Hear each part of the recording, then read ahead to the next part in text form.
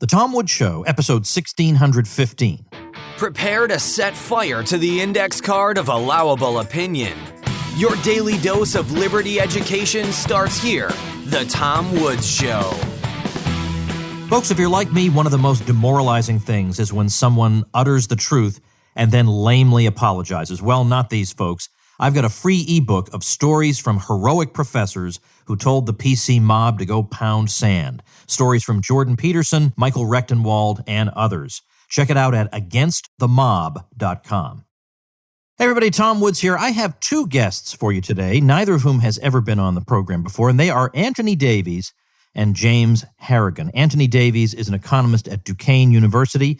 James Harrigan is a political scientist at the University of Arizona.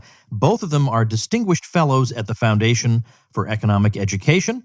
They co-host the podcast Words and Numbers. They write columns together, and they speak at high schools and colleges all over the country. We're going to be talking about their brand new book, Cooperation and Coercion, How Busybodies Became Busybullies, and what that means for economics and politics. Gentlemen, welcome. Hello, Tom. Thanks for having us.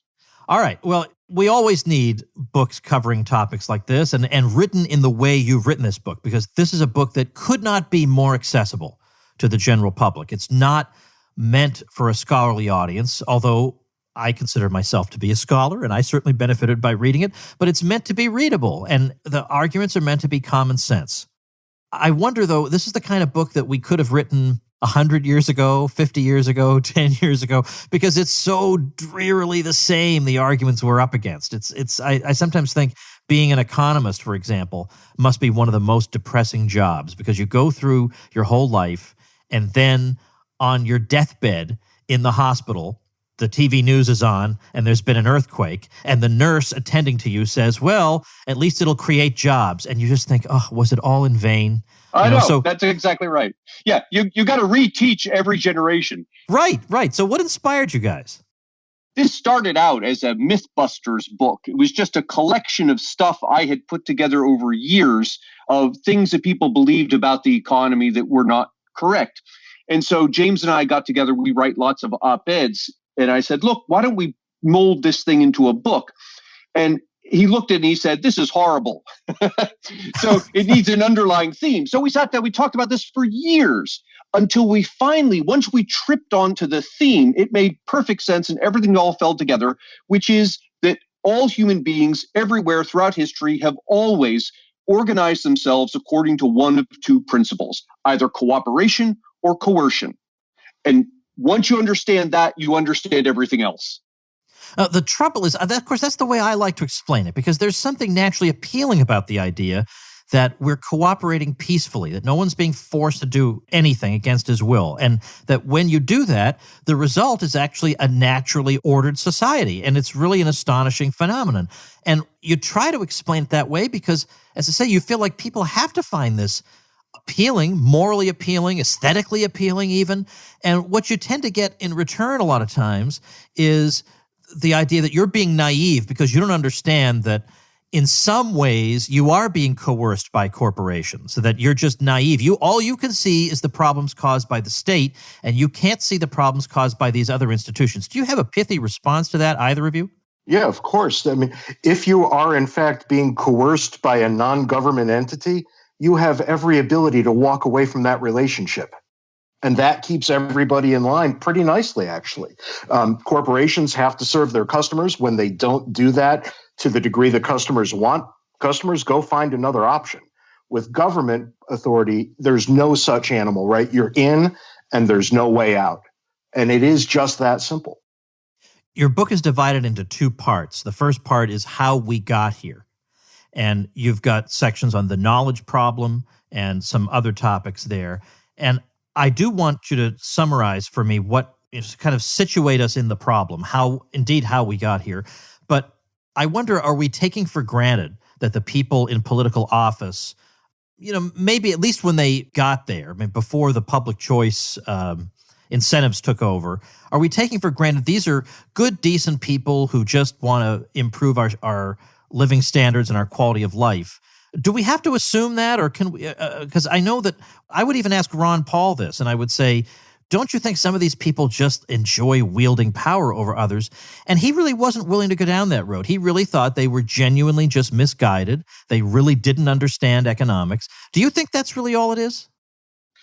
Well, I would imagine that it's the same brand of Homo sapien in both cases, the government and the private sector. So to the extent that there are good, caring people in one sector, you're going to find good, caring people in the other sector. To the extent that you have smart people or idiots in one sector, you'll find the same mix in the other sector. There is one difference, and that difference is that market relationships are at their root cooperative. As James says, you can walk away if you don't like what's being offered.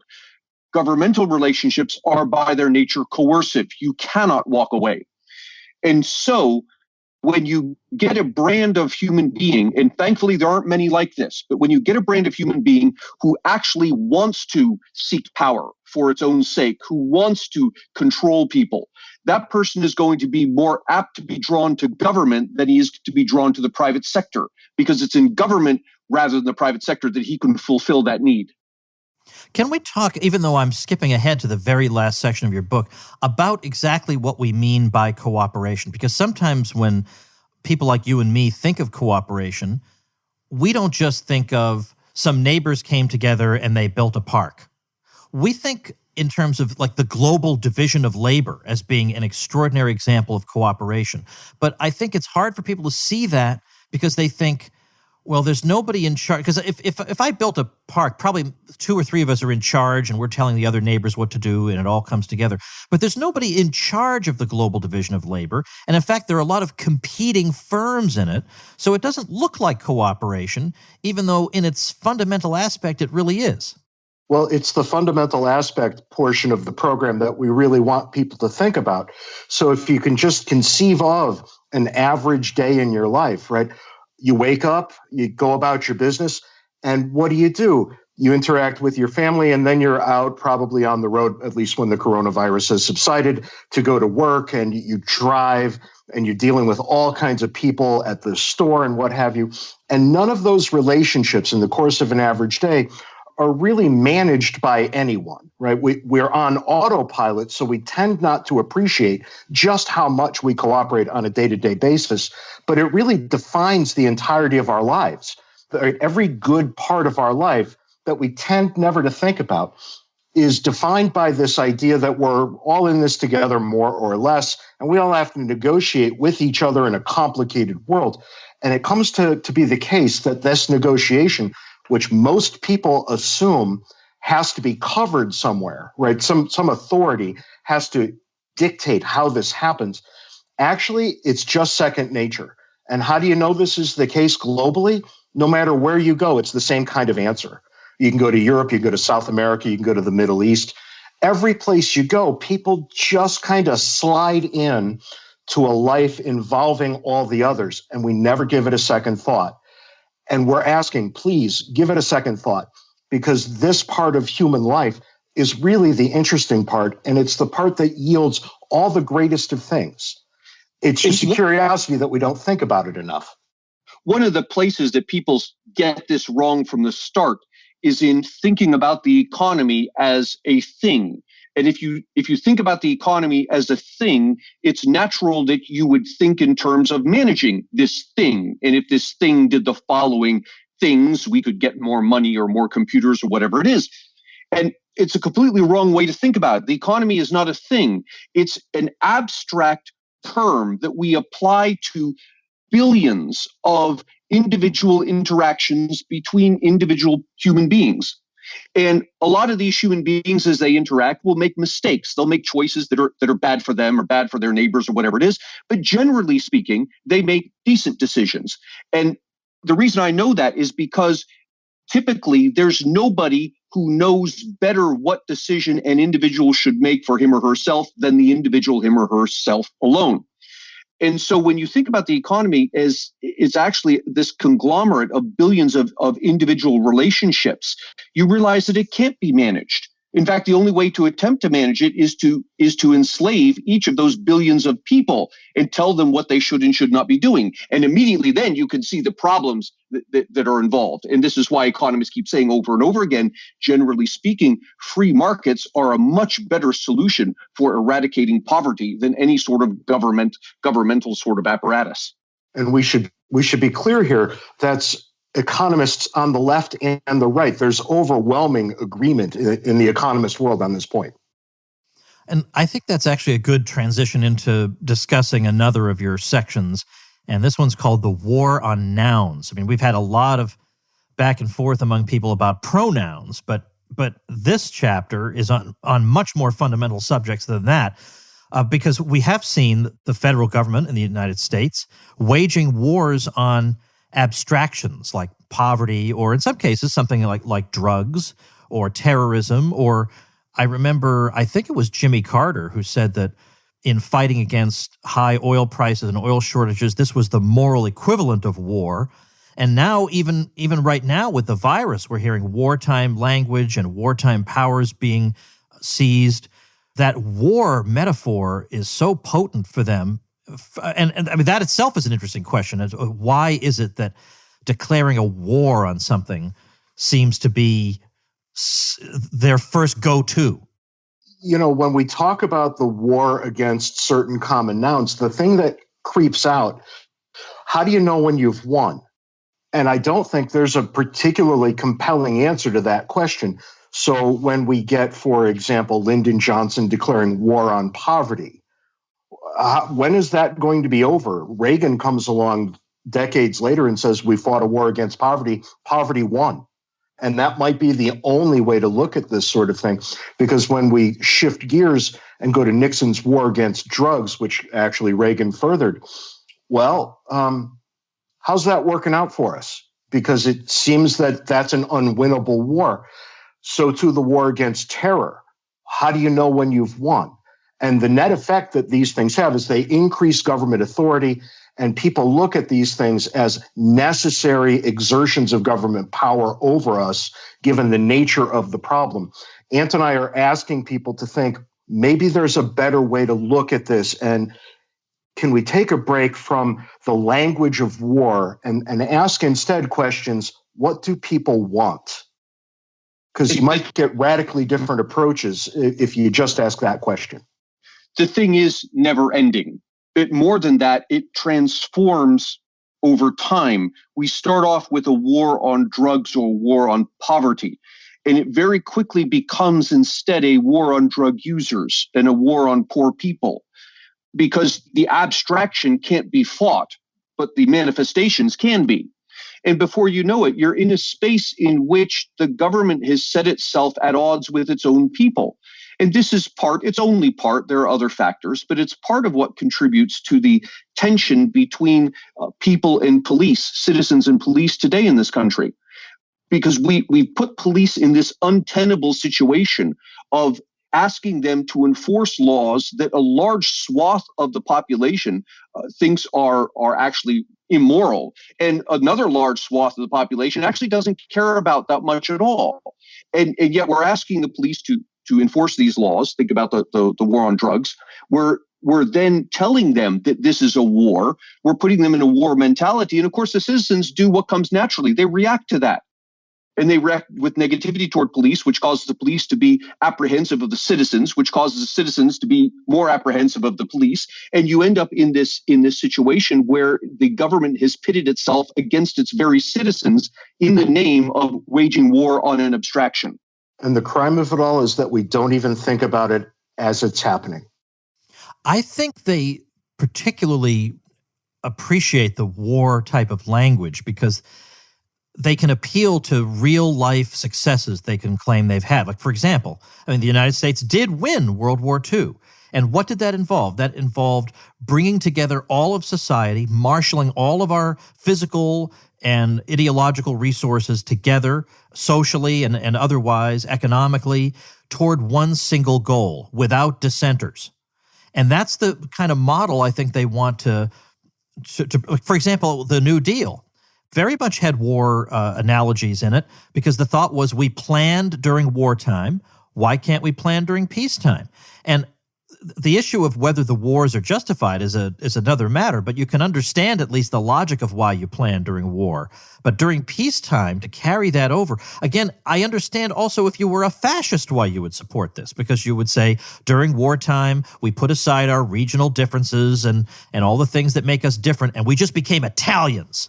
And that's what we need is to get back, is not all these stupid local differences and everything, but what makes us common, what makes us all the same, what takes away all the differentiation. We want similarity and I get if you were somebody who favored individual liberty, I don't get why you would be drawn to a war metaphor, because all those things about war they're talking about can make sense during a war, but they're not desirable during peacetime.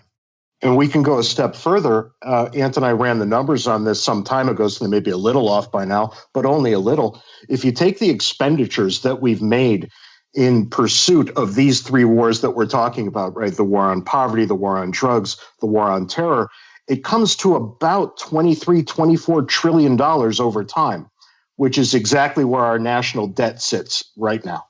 So put it in perspective, right? These things are very, very costly. And I think you have to reasonably ask the question, are they even close to worth what we've spent? And I can't see a way that you can conclude that they are. And you're right that there's obviously no time at which they're going to say, well, we'll just call it off because either it was a fool's errand to begin with, or we've achieved the goal. And in a way, it almost makes you think this is almost the kind of thing that they thrive on, is precisely something that can't be won. There will always be some people poorer than others, no matter what. And, you're never going to get rid of all drug use, and you're never going to be able to wipe every terrorist off the face of the earth. So this is the sort of boondoggle that makes the thing run. I mean, I realize how cynical that sounds, but of course, I think most people listening to this won't find it so cynical. But I want to ask you about that in just a minute. But first, let me pause for a minute to tell the folks something pretty darn important. Our sponsor for this episode is Skillshare, and over the years, you've heard some of my daughters, Amy, Veronica, and Regina, come on the program and talk about their experiences with Skillshare. Skillshare is an online learning community where you can deepen your existing passions, explore new skills, make yourself more marketable, or just enjoy what you currently enjoy all the more intensely because you know it much better. These classes are designed for real life. That means they're short, they're to the point, you don't have to put your life on hold to enjoy and benefit from them. One membership gets you access to thousands and thousands of classes. These are classes in web development, music production, animation, creative writing, photography, graphic design, entrepreneurship, marketing, and a lot more. For those of you interested in starting your own thing, you'll enjoy classes like Be Your Own Boss, Strategies for Launching Your Creative Career, or Going Freelance, Building and Branding Your Own Success, or Pricing Your Work, How to Value Your Work as a Freelancer. I love stuff like this. Explore your creativity at Skillshare.com/woods and get 2 free months of premium membership. You gotta go do this. 2 free months of access to thousands and thousands of classes that will enrich you and indeed make you more marketable. That's Skillshare.com/woods. All right, now did you think what I said before the break there was too cynical? I don't think you're being cynical enough, because if you really dig into it, the absolute necessary ingredient is fear. Yes. And that's where I think that's the fuel that makes the engine go. It's a politician's dream. It never ends. And so long as it doesn't end, this is an opportunity to further political power. We can lock down the population a little bit more. I can force people to do things I think they should be doing. Furthermore, I can spend money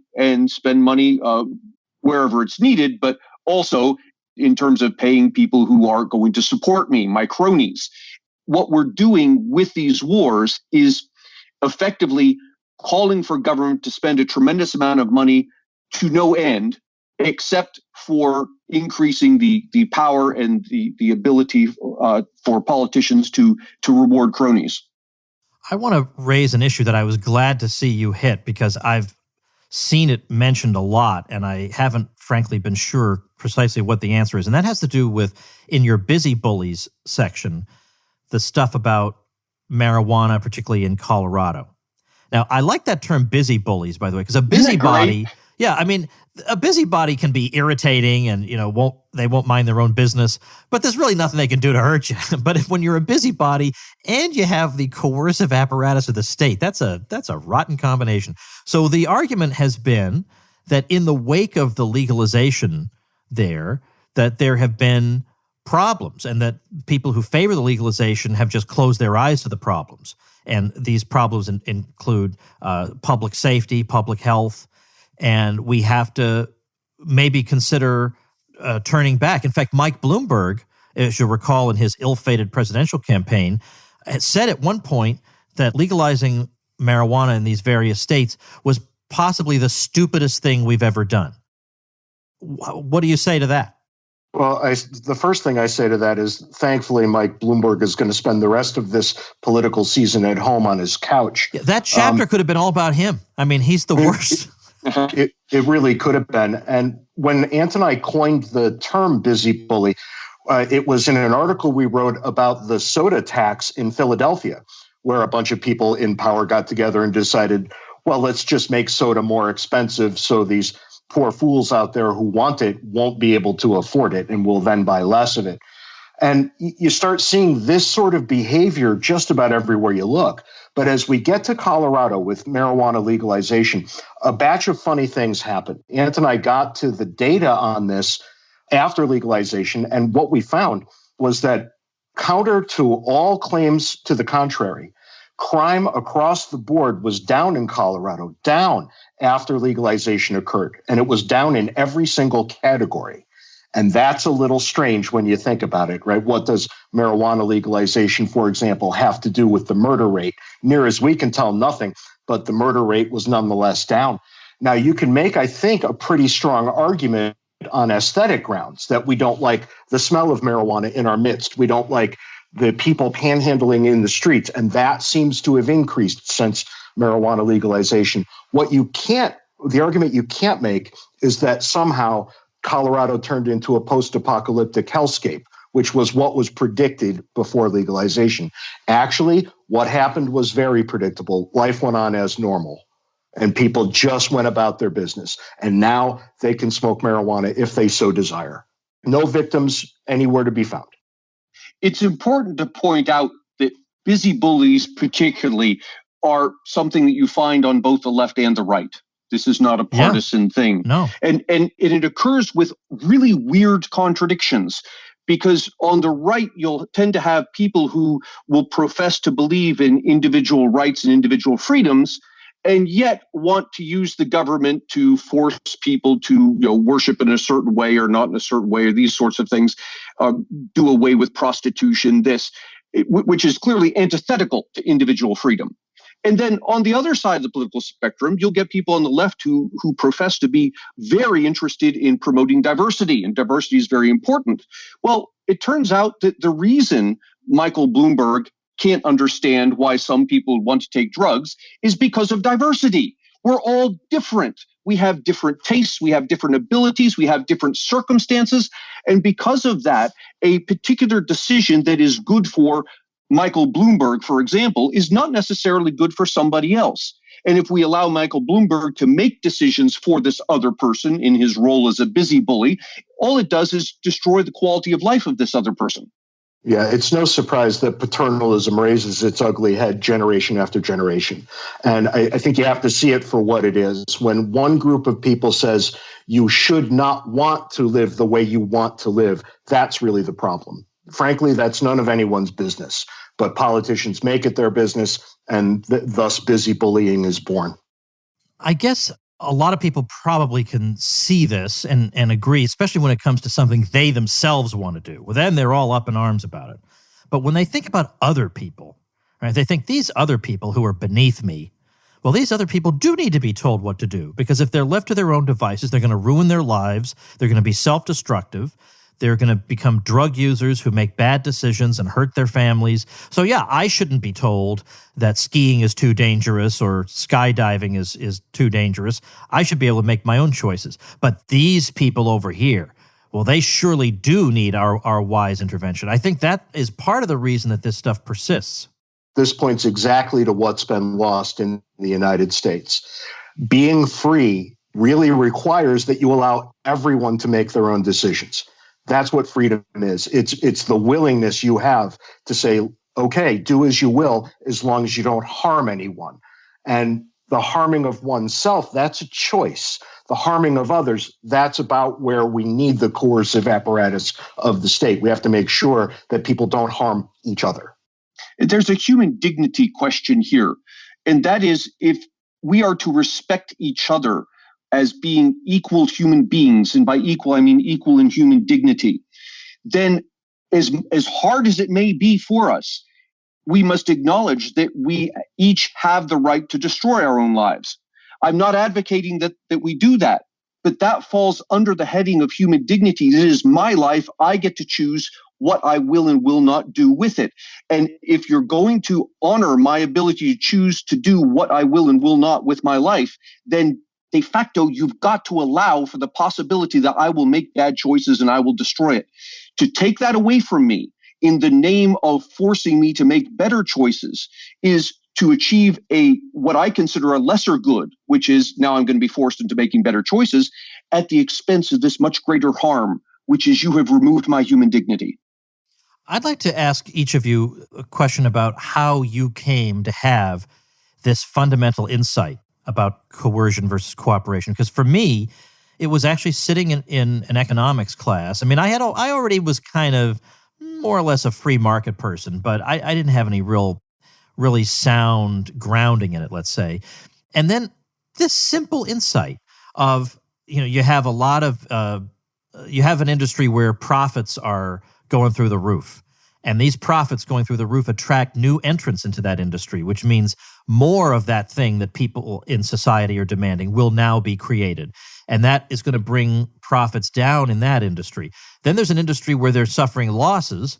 And because nobody wants to suffer losses over a long period of time, some of those firms will exit that industry, and those resources will go towards something people demand more. So there's no need to get a bullhorn and shout out, you're making losses, better go out of business. People just figure that, of course, that's what they want to do. Whereas likewise, when people demand particular products and you have profits going crazy, people naturally want to enter those areas. So there's no need for somebody to organize production. The preferences of consumers are met through the use of profit and loss and the price system. And when that was explained to me, I just thought, oh my gosh, that's miraculous how that works. That's amazing. How did I not know that before? And it was from that point on that I thought, I guess society really can, in effect, order itself in various ways. Just that simple, dumb guy insight just changed the way I looked at the whole world. Did either of you have a light bulb moment like that? I did, and it occurred toward the end, believe it or not, of writing this book, because I came at this idea of cooperation, coercion. My starting point was what you described as your ending point, and that is, coming up as an economist, I understood all the benefits of free markets and individual decision making, all of this, and I saw no role for government at all. And it was in writing the book that I realized, wait a minute, coercion is important. This is not a story of cooperation equals good, coercion equals bad. It's a story of what's good is the right combination of cooperation and coercion. We want some coercion. I don't want people dumping trash into the river. I don't want people breaking into my house. And I will happily use coercion to prevent those things from happening. I would prefer that the government do it on my behalf, but I would like coercion to be used to stop those things from happening. But I do not want coercion used to tell me what sorts of drinks I should be drinking, what sort of drugs I should put into my body. And once I had that light bulb experience, I realized that this is not a story of picking one endpoint or the other, cooperation or coercion, but rather finding the right mix. Under what circumstances is government the right tool for solving problems, and under what circumstances are markets the right tool for solving problems? And I'll just add very briefly to that, coming at the same problems from the perspective of a political scientist. Well, from Aristotle to Jefferson, we get this idea that some level of government is absolutely inescapable. And as a classically liberal political scientist, I side with Jefferson and Madison more or less on these issues, thinking that, okay, if we're going to have this thing and it's necessary, then it should only govern to the extent that is in fact necessary. And the rest should be left on the table as a broad swath of freedom for the people who live under said governments. And that's about where I think we've gone off the rails. We understand, all of us, that some level of government is necessary, but what we can hope to accomplish with it as a tool, that's where I think we've all lost sight of the obvious facts of the matter. And James has long said words like that to me over our years of being together. And I would always come back with, well, name anything you think government should do, and I can give you an example of markets doing it and doing it better. And so this is where our discussion was for a long time. I sided on the side of markets, or what economists call spontaneous order. Leave people alone and solutions will emerge. Until one day we're having this conversation and it suddenly dawned on me, oh my God, government itself is the result of spontaneous order. Always throughout human history, there has never been a society that did not evolve some form of government. That tells me empirically that government itself is providing some valuable service to the marketplace that the market itself, the individuals themselves, can't attain. All right, now we have to have a whole other episode to hash that out, because I'm not entirely convinced by this line of argument. However, you gentlemen are saved by the bell, because we're just about out of time. But that is a topic. I don't know if you know Ed Stringham over at the American Institute for Economic Research. Sure. Okay, because he had a pretty good back and forth with Randy Holcomb in the journals on this precise point. So it might be something worth revisiting. But in any case, the book we've been talking about is Cooperation and Coercion: How Busybodies Became Busybullies, and what that means for economics and politics. I'll link to that at tomwoods.com/1615. And I'd like to thank both you gentlemen for this great book, and also just for your skill, as I'm sure the listeners can appreciate and hear themselves, at explaining this persuasively to the lay audience. Thanks again. Thank you so much, Tom. All right, everybody, that's the show. Now, next week, I still have an episode tomorrow, but next week, my plan is one of those days we're going to get Jack Spirko back on the show. I've not had Jack Spirko on the show since episode 31 back in 2013. Jack hosts the Survival Podcast, and I'd like to talk to him as somebody who knows all about the prepper stuff. What exactly should people be doing to prepare for the unknown? What's too much? What's not enough? What's just right? What's the knowledge we need to have to be sensible and prepared in the face of uncertainty? So I think it's an opportune moment, of course, to talk to Jack once again. So you look for that. Make sure you subscribe to the show, tomwoods.com/Apple, so you get all the episodes delivered to your device for free.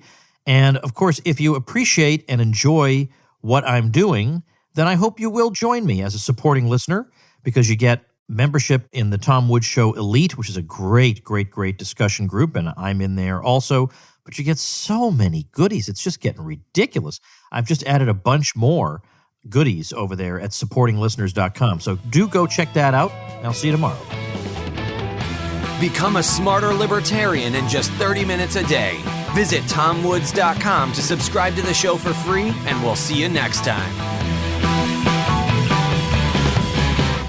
Like the sound of The Tom Woods Show? My audio production is provided by Podsworth Media.